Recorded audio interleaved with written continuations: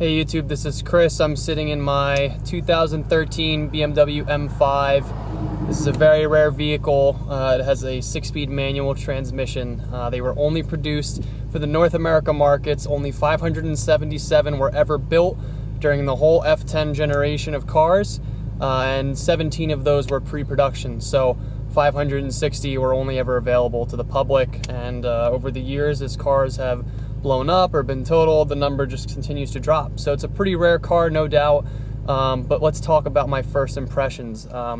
They're not really the greatest. There's some really good things I like, there's some things that I don't really like, and this car will be sold tomorrow. Yeah, I know, this is the first impressions video.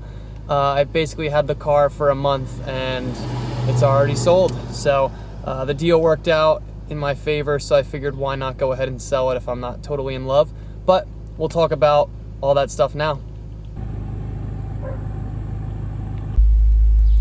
This surround view camera is awesome. I really like that. So it shows the curb, and it uses basically some side view cameras on the front, right around the front bumper, and likewise your rear facing camera to basically combine all of those into an overhead view, and you can see those parking sensors as well.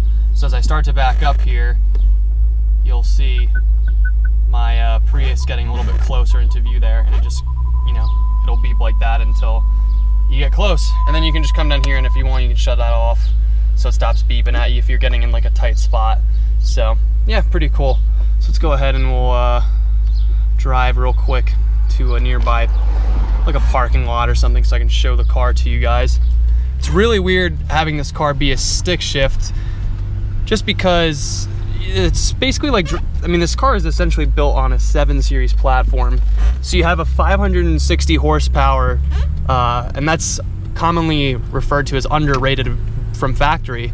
We have a 560 horsepower 7 Series with a 6-speed manual. It's a heavy car, it's 4,400 pounds, and that makes for a really strange experience driving wise. Sorry, the clutch pedal does squeak a little bit. But basically my main gripe with this car is it's just super numb to drive. The connection that you have with the car, even with the 6-speed manual, feels really strange and not really all that good. The steering feels very artificial and electronic. And just because it's so insulated and luxurious in here, which is no doubt a great feature of it, it's one of the nicest things about it, that also sort of harms it from a sport perspective. So it's not really all that exciting to drive. But again, 6-speed manual, very, very unique. So sort of like I was saying with that numbness feeling, right? The car is super insulated. It has a really soft suspension. You can tighten it up a little bit with the Sport Plus mode, but again, not really too exciting. But just that sort of cocoon environment that this cabin gives you, it's probably, I mean, easily the nicest car I've ever owned or my family has ever owned. The seats are ridiculously plush and comfortable. They're heated, they're cooled, they massage and all that fancy stuff. But it's just not like a raw driving experience, right? And I think I was sort of experiencing that going into an M car.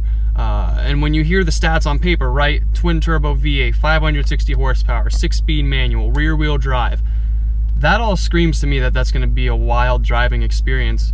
But you can sit on the highway, you know, in triple digits and you just don't feel anything. I mean, it's just, you're just sitting there calm, your music's playing out of your Bang & Olufsen audio, and you just don't really notice it. It's not all that exciting. So that's great, but this car definitely is more, it's first a luxury car, then second a sports car, I'll say that.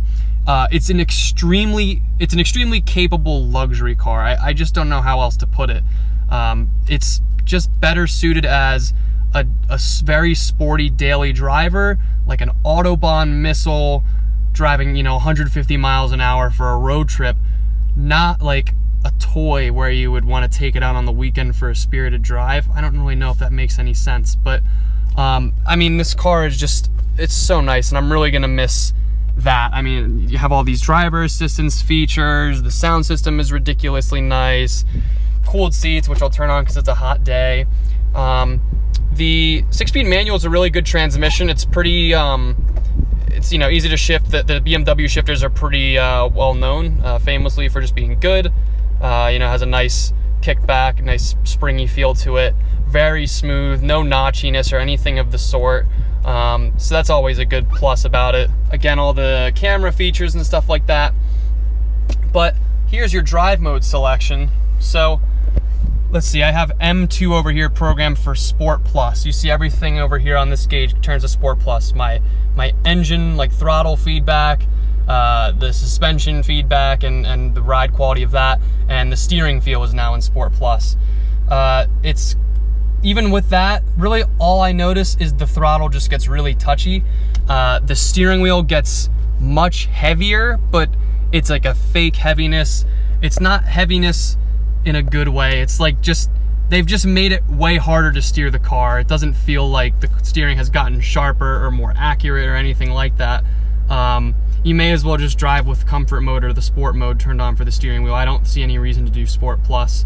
The suspension for Sport Plus I think is good. You get some good feedback from the road. At least from driving on like the highway and things like that, you can definitely notice going over bumps. You get some, like, you know, if you hit a bump or something, it's a little more jarring, and you can get the road feedback if that's what you want. But I've never really noticed a difference on like back roads or anything, that it's really improved handling all that much. I think it's almost just like, it's really just like the car, in my opinion, handles the same and is capable in all of the different modes the same amount. All this does is change how much feedback, I guess, comes to the driver, but it still just doesn't feel like it's real feedback. When I drove the Cayman, the steering was excellent, and I could really feel out the road with it. You felt everything on the road with the suspension. And again, it's apples to oranges comparison. I know it's ridiculous to compare the two, but this is an M car, and I just kind of figured that it would have a little more of that feel. But that said, I think we can all agree the M5 is definitely, and subsequent higher-end M cars have sort of moved into just the executive position cars that are in the reserved spots at the office complex. They're not really owned by quote-unquote enthusiasts. They're more just luxury items, and people just want the best of the best. So that's fair. That's totally fine. I'm not disappointed by that or anything like that.